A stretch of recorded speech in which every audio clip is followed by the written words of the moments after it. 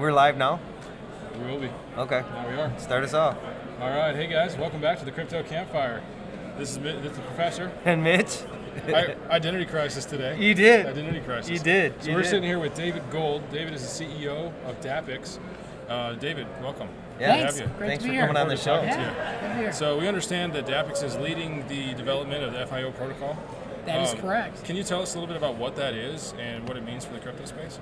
Yeah, so the FIO protocol is a decentralized blockchain layer, usability layer for the entire ecosystem. So its goal is to do and deliver the kind of results for blockchain that HTTP did for the internet. People forget that the internet was around for over 10 years before it actually took off. A key thing that caused it to take off is HTTP made it easier to use through a web browser. We have huge usability issues today in blockchain.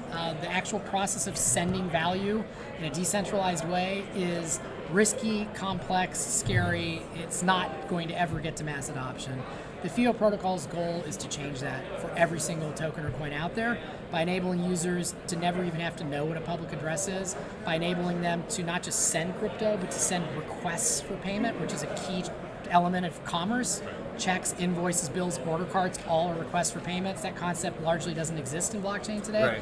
And the ability to include metadata with that. Most transactions of value include information about what the heck it's for, an order card, an invoice, a note, whatever it is. That concept doesn't largely exist or be exposed to users. So FIO will provide that and do so uniformly across every single blockchain out of the box is what we're doing. So we have 28 industry partners, wallets, exchanges, crypto payment processors like Binance's Trust Wallet, Edge Wallet, Shapeshift, MyCrypto, Coinomi, and many more. And we're backed, our investors include Binance and NGC and Lunex and Blockwall Capital and Access Venture Partners and a couple other venture funds. That's awesome. Yeah. I love seeing these new type of things that everybody's looking for a reason to create a token, right, these days. I love seeing different types of projects and different things that are being developed or things that people are aspiring to develop to do other things than just find an excuse to issue a token and use a token. Like I know everybody and their dog wants to make a token because it's the cool thing to do, but there's so many issues that we have right now that we need to build upon and build these tools and these third layer abstractions to make things easier to use and more user friendly. Build that user experience out, and then also not just on the front end side, but like you're saying, from the back end side, make it more functional and add more data or more information to it than just a transaction to a wallet address. Right. You know. So. I mean, certainly one of the core exciting things about what we're doing that gets us all motivated to do the hard work to make this happen is anybody who's ever sent any sort of crypto from any wallet to any other wallet, they look at what the FIO protocol will enable and they're like, oh my God, I want that. Right. And anybody can go watch a demo at fio.foundation, the website. Sweet. There's explainer video and demos there, so you can actually see the Alpha protocol integrated into some of our partners' wallets. Cool. So yeah. So to back up a little bit, how did you get into crypto? Yeah, so I was engineer by education, engineer for a while, actually did some time in public policy consulting, became a .com entrepreneur. So I raised $25 million in venture capital during the day, B2B procurement company, navigated through the crash, had an M&A event, and became an angel investor and then a VC myself. So I was a VC, a general partner of a venture fund for 11 years, Access Venture Partners, they are one of our investors. And I jumped in several years back to lead our look at blockchain and went down the rabbit hole, got excited about it, but in a similar way to how I got excited about the web in the day. When I opened my first Mosaic web browser on dial-up, on the one hand I was like, oh my God, this is going to change the world. On the other hand, I said, this technology effing sucks. So if you could... and my experience with crypto is very much the same. It's like, wow, this really can change a lot of things in the world, but boy, does this technology... And so I couldn't find anything out there that I believe was going to solve the core usability issues. And to me, there are two core user issues that have to be improved upon for this ever to reach mass adoption. One of them, which we are not addressing, is how you secure your private keys. I believe the answers are neither in centralized nor pure self-custody, and we're seeing some innovative solutions that marry those because people don't want to have all their value on their phone.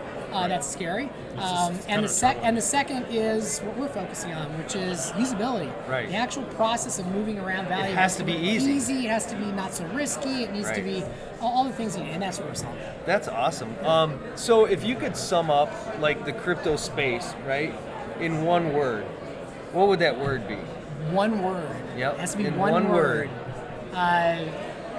One word. The crypto movement, the crypto space. I guess one word I would pick would be trust. Okay. But that's if I had to have one word. I could do it in a sentence or two easier. But if- trust on a trustless system. So Yeah. you can elaborate now on that statement. Because the real revolution of blockchain is the ability for two parties. I'm using the word party broadly because Sure. a party could be a computer Right. or a person Or an entity. or an entity to have an exchange of value and have scientifically verifiable proof that it's a valid transaction without even knowing who their counterparty is. Okay. That has never been possible before. But that's not having trust in something, But right? in a way, it's like Well, systematic it is. trust, though, right? It's because It is, because but there's three kinds of trust. I've always struggled with Well, the trustless well, word. you know? Trustless means you don't have to trust a centralized third party. It doesn't Right. mean there's no trust. You're trusting something different. You're trusting Trusting a the mathematical math system. of the protocol. Exactly. There are three types of trust. There is social trust. I trust somebody because I know them and Right. I've interacted with them before and I trust them. There's institutional trust. I trust an institution like a bank because I believe that they'll do the right thing and there are laws to punish them if they don't. Most of the time that goes well, but some of the times we Sometimes know it doesn't. it doesn't and they violate those rules. And then third is there's scientific or mathematical trust. I can trust that you gave me a troy ounce of gold because I can mathematically verify. I can weigh it. Right. I can scientifically verify. Right. What happens is the ability to have transactions of value between parties, to have scientifically verifiable truth without actually even having to know who your counterparty is, nor be physically present with them. Right. That's never been possible before. That's the revolution of blockchain. Exactly. That's one of the things we talk about all the time, like with the machine-to-machine transaction concept. It's like being able to build an ecosystem of machines that interact, and they don't need the intervention of a third party to add that trust factor, if you will, of like validating. We can trust the math that these transactions are in fact valid because the math says so. Right. I don't need a third party to trust that you gave me an ounce of gold. I actually can verify it's real gold and that it's an ounce. Right. Right, by myself. Right. And so that's with blockchain. I can do the same thing. I don't need a third party to verify that you sent me Bitcoin, and I can mathematically verify that because of the way the protocol is written. Exactly. The protocol verifies that, and it's mathematically verifiable that it was signed by you, and that I now have control over that Bitcoin. Yep. And it's changing the world, and it's so much more than just finance too. I mean, there's so many other types of applications for blockchain, and just the concept of it being used as like a distributed database type of technology. I mean, I can't imagine where this is going to go in the next 5 to 10 years because obviously things evolve, right? So we see blockchain as it is right now, and it's just at the very base. I mean, it's just a data structure. It's a very simple data structure, but the creativity and the brilliance of some people can take a basic data structure and turn it into something amazing by combining it with other basic data structures and other basic principles, and then you end up with revolutionary concepts. And that's, again, how the internet was founded. It's a very basic concept. Yep. It's very basic, but it's not easy to implement, and the biggest part is having the network, the amount of people like Bitcoin. If there was 5 people, it wouldn't work. Right. You have to have all of it. It's a whole ecosystem. Yep, that is key. And even with what we're doing, it's a big, hairy, audacious goal, but we've got great traction, which is we're trying to make an industry standard here. Ultimately, for the FIO protocol to be most effective, it needs to be integrated into almost every wallet, exchange, crypto payment processing platform. Right. And there's zero standardization in crypto, basically. Right, beyond the protocols themselves. Exactly. Right, yeah. And so that's what we're doing. We're trying to make it easy to use so that some of the vision of what blockchain and crypto can do can become reality, because it'll be much easier for it actually to be used in terms of any sort of transaction that blockchain might be used for. Exactly. It's amazing. So let me ask you this: have you ever spent any of your crypto?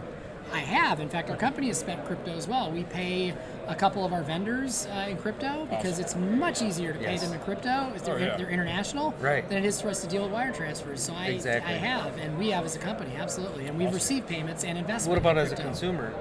As a consumer, I have bought in private transactions some things with crypto. Okay. Okay. But on an e-commerce site, not yet. Okay, awesome. Yeah. I paid for my plane tickets here with it, so that's Cool. that's kind of why I was asking, you know. And Yeah. everybody's like, "Oh my God, how can you spend your crypto? What's the matter with you? Are you nuts? You know what the Spend it value's and going to replace do?" And I'm it. like, Come on, no. if I'm going to spend $250 out of pocket, why not buy $250 worth of crypto Right. and put it into the system, right? Or use a stable coin, right? We pay a lot of our vendors in USDC or other stable Okay. coins. Yeah.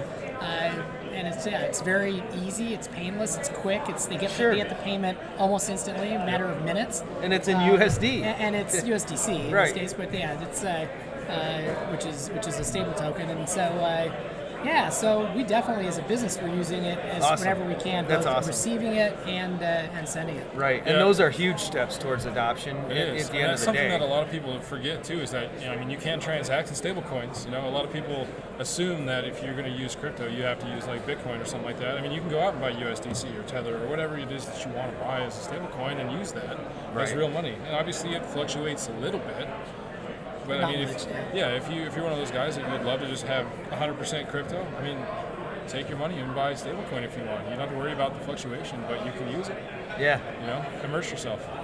So no, this is a pretty amazing event, you know, and being able to meet all these different people within the space, you know, that you don't normally see, you don't interact with on Twitter, and you know, being really introduced to so much new innovation, you know, and thought processes like that is pretty amazing. So this podcast has really enabled us to be able to do so much of that. Yeah. Cool. I would like to, if you've got the time in the future at some point, schedule a full podcast because we can talk for, I'd really like to get a little more into the tech. Yeah, of we'd it, be thrilled to you do know. that. And we, Heck like I yeah. said, there's demos and stuff, and people who are listening to this and yourselves, you can actually go out and register pre-reserved FIO addresses, and you can bid on FIO domains now. Oh, wow. So you have those secured before mainnet launch. It's just addresses.fio.foundation.